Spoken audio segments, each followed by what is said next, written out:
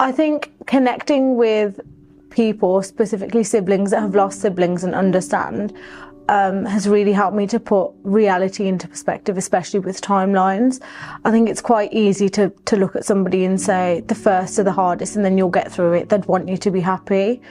But connecting with people and speaking with people, my RoadPeace family, other grieving siblings that I've met through social media, but connecting with those people that have helped me put into perspective that time doesn't really help the situation. It'll only help me to accept what's happened and manage my emotions through my loss. And I found that with time, nothing gets easier. I'm just able to stomach it a bit better and I'm able to manage life better around it. In the first year, the first were the hardest. The first birthday, the first Christmas, my first birthday without him. We have a lot of traditional Indian celebrations as well, one specifically that's revolved around brothers and sisters. So that was really tough for me.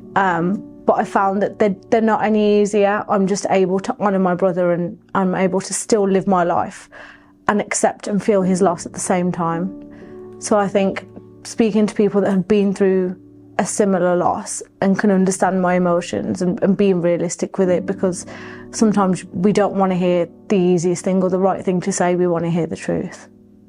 I think without speaking to people that have had similar experiences and had similar pain, I wouldn't be where I am today. I remember actually connecting with a sister who was 2 years into her loss when I was a week into mine. And I remember she spoke to me and all I could think was, you're 2 years ahead, like you don't know what this is. And it's only when I hit the 2-year mark that I realised that the feelings never go away and it'll always feel as raw, but we just build a life around our loss.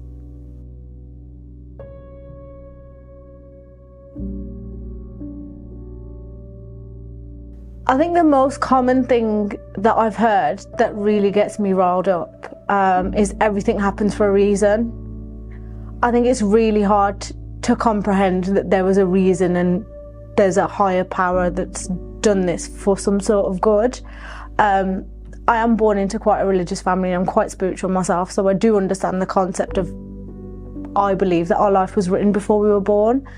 But hearing and having to almost forcefully be fed this ideology that my brother's death was for a reason, I didn't like at all.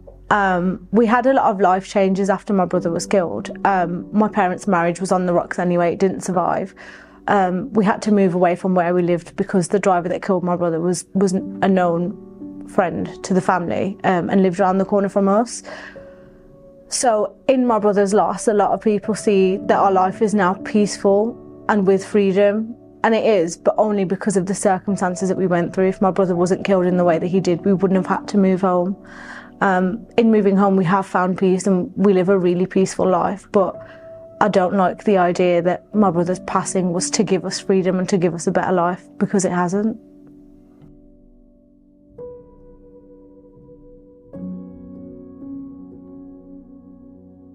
I think the biggest thing, and I think I hold a lot of guilt to this as well, I'm able to really pick myself up and live life, and I don't really wear my loss.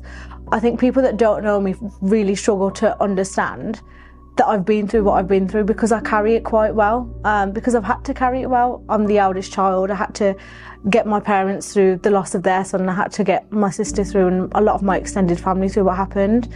And I think a lot of people, at the start especially, had this perception of me, and it wasn't often said to my face, but there was a perception that I was very much over it and I was happy and back to my usual self because I carried it so well.